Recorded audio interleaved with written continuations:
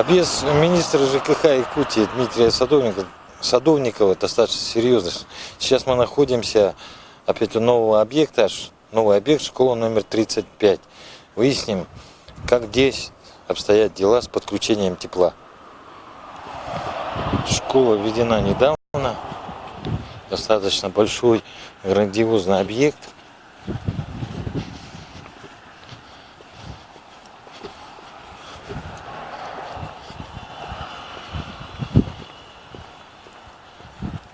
Все-таки приятно, когда приходишь на новый объект, попадаешь в другой мир,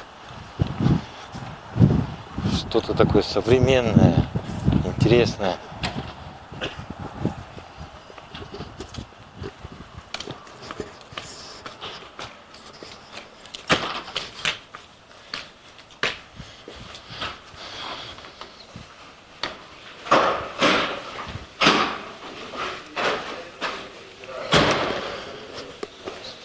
Сразу говорю, просто идет опрос людей, которые отвечают за это здесь.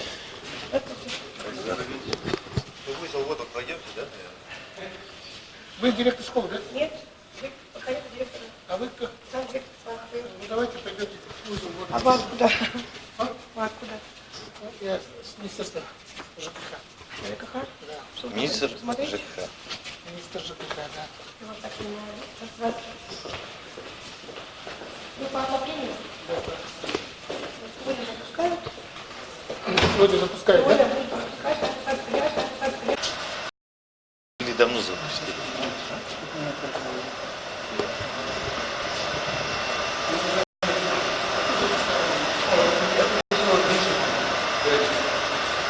По температуре. Сейчас отрисовку сделают, инспектор примет, задвижку откроет, и воздух будет.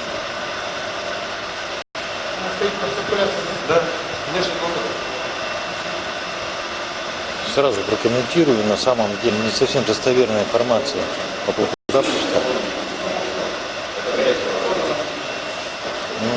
Окончательно, наверное, полностью справить ошибки действительно для всей школы сегодня.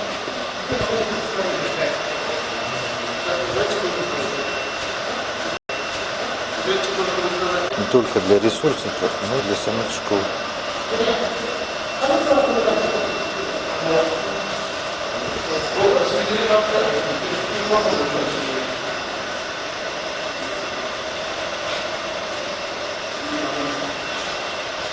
Я еще раз говорю о том, что у нас еще есть время на исправление ошибок.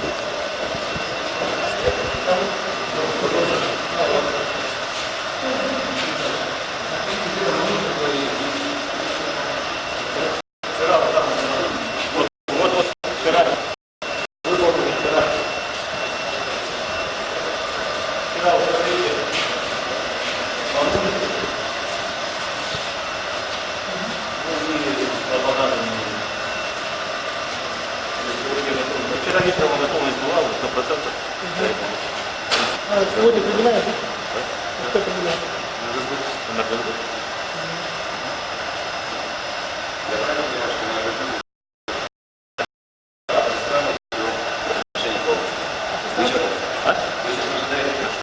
По времени договоримся. Пока не могу сказать, только сейчас. Запланировали сегодня, мы вчера договорились, правильно? Да.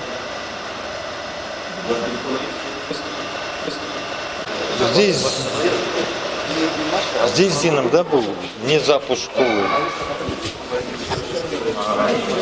а здесь был по техническим причинам все-таки или по каким-то разрешительным документам? Да, ну, регламентные сроки разрешительных документов всех будут, они поэтому. А, понятно. То есть в основном в школах есть, а главное это регламенты, вот эти бумаги, которые необходимо получить.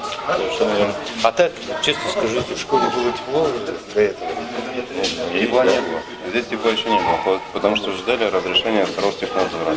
Как разрешение 25 получается? Там 25 только 25 уже в принципе все устранено, а здесь мы выдвинули, получается.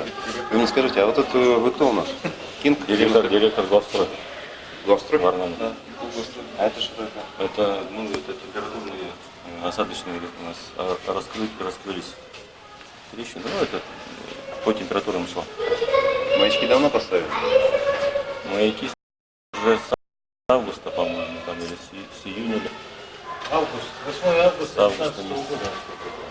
Ну, я смотрю, ничего не повредилось. Так, Аким 95 собирается заделать эту трещину? Эти трещины мы заделаем. Ну, они не заделываются, наоборот, стоят для того, чтобы было видно. Нет, я понимаю. Что Не, ну мы начальниками, да, начальниками, да. Вот температурный режим меняется, соответственно, штукатурка отходит. Но на сегодняшний день школа введена из разрешительных документов именно по новой школе. И тепло будет сегодня дано. Мы сами тоже видим, что есть определенные недоработки в работе штаба подготовки к отопительному сезону городского округа города Иркутск. И в этом, я думаю, что все причины на самом деле устранимы. И в этом плане сегодня коммунальное хозяйство городского округа работает над этим.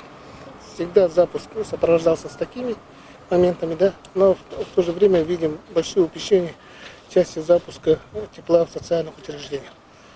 У нас, согласно распоряжению главы городского округа города Иркутск, он стоит датой 2 сентября. Мы видим, что и на местах люди говорят, что тепло подано только вот буквально на днях. Ну вот, у нас третью неделю городские власти говорят, что на 100% социальные объекты запущены. Вот как сегодня вот, мы поняли, что не везде. А может быть и в Луцах такая же история происходит? Ну, в районах такого нет, учитывая, что все равно надо посмотреть, что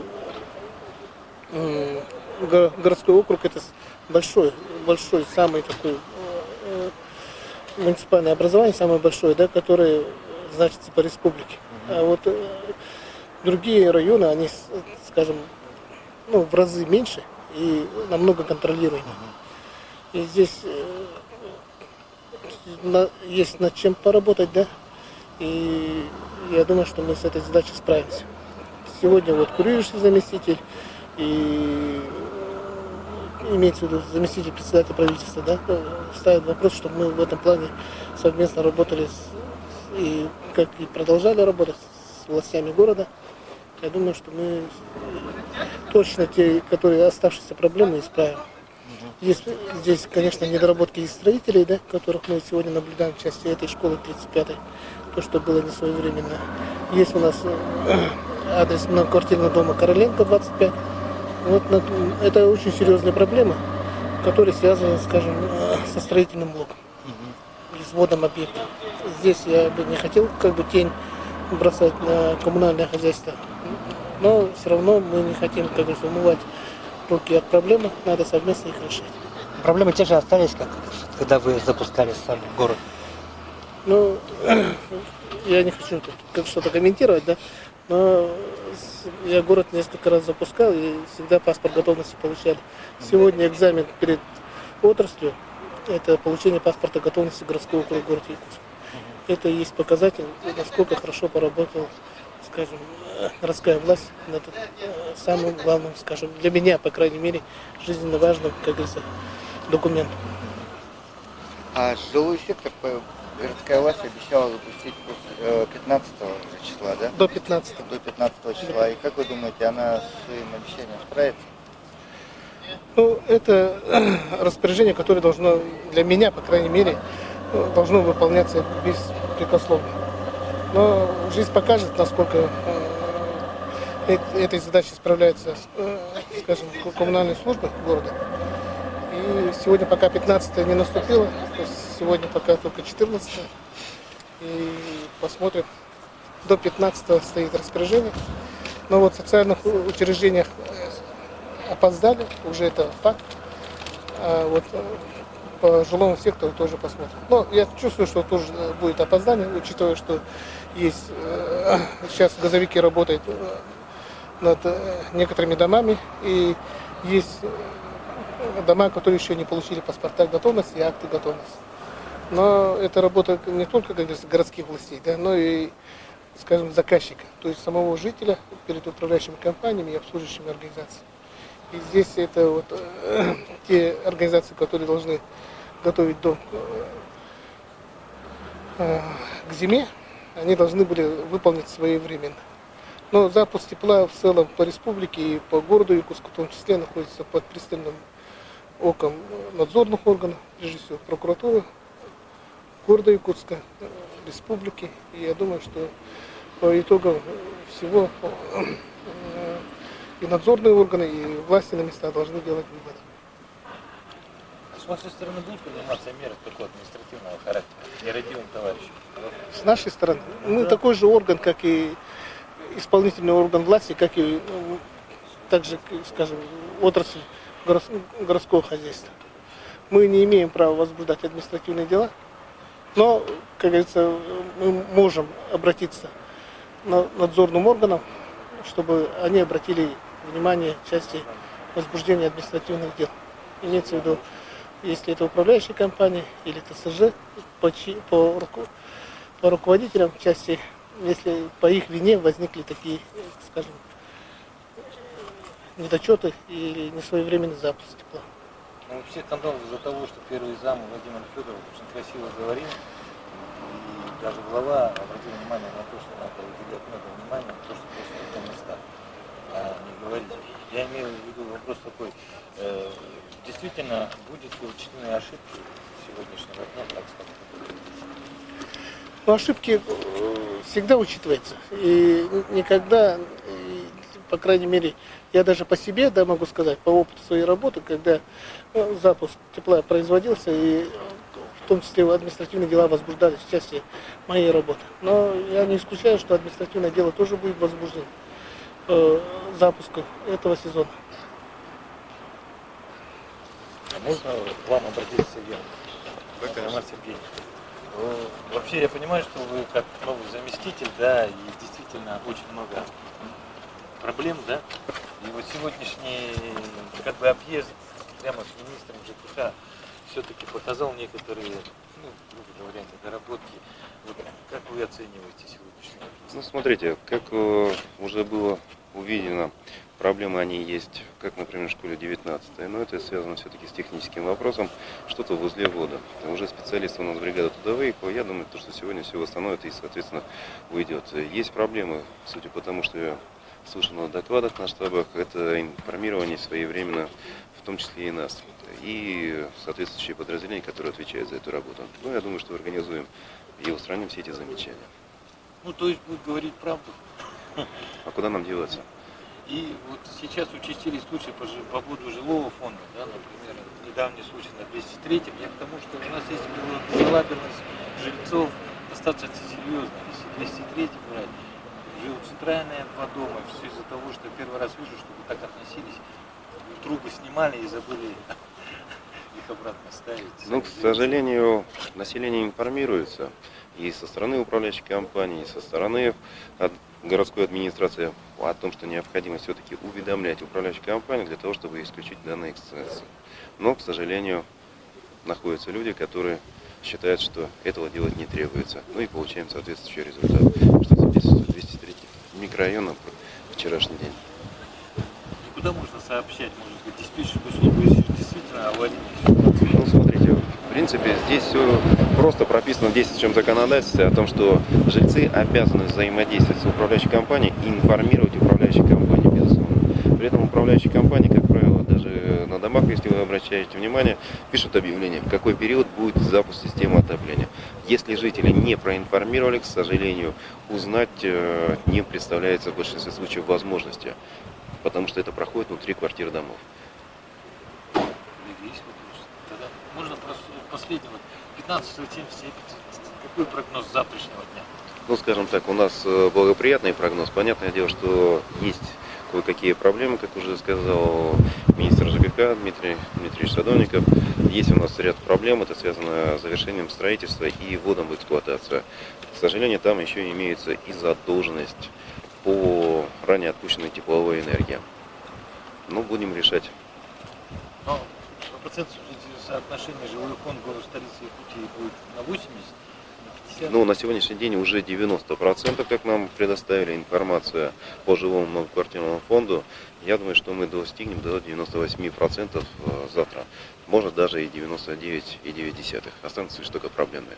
Задача такая стоит, над этим работают. Все выходные выходные, как нас уверили управляющая компания, они запустят жилой фонд. Останутся лишь только, к сожалению, проблемный жилой фонд. Это ветки аварийные, где, к сожалению, при запуске системы отопления могут выявиться какие-нибудь очередные проблемы. Но, тем не менее, уверяют, что работа у них поставлена. А где он расположен по большей части? Этот Аварийный жилой фонд – это деревянный жилой фонд. по всему городу, да? Ну, вы же сами знаете, везде есть. А какие меры будут приниматься по устранению проблем? Если технического плана, то, соответственно, технические решения. Если говорим о том, что есть непонимание со стороны соответствующих должностных лиц, как управляющей компании, о том, что есть распоряжение администрации города, которое необходимо выполнить и исполнить, и, соответственно, было на это все лето, чтобы подготовиться к данному действию, соответственно, будут иные меры приниматься, в том числе обращение в надзорные органы о привлечении к административной ответственности. А вот по социальным объектам на сколько процентов сейчас все готово? Как нам вчера сообщили, буквально социальные объекты у нас, где пребывание находится людей, по сути дела, готово на 99,5. Единственное, есть у нас, как, например, школа 35-я, к сожалению, застройщик не своевременно выполнил все мероприятия для того, чтобы обеспечить запуск системы отопления.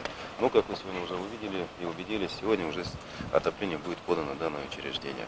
Есть такие проблемы, как сегодня мы также с вами увидели, это 19-я школа, где технического характера связано на узле вода. Я думаю, все, что это устранимо, и буквально сегодня мы все восстановим. На источниках тепловой энергии, я считаю, что там все хорошо на сегодняшний день. Есть некоторые вопросы, но таких критичных для того, чтобы не получить паспорт готовности или не войти в систему зимнюю, такого у нас нет.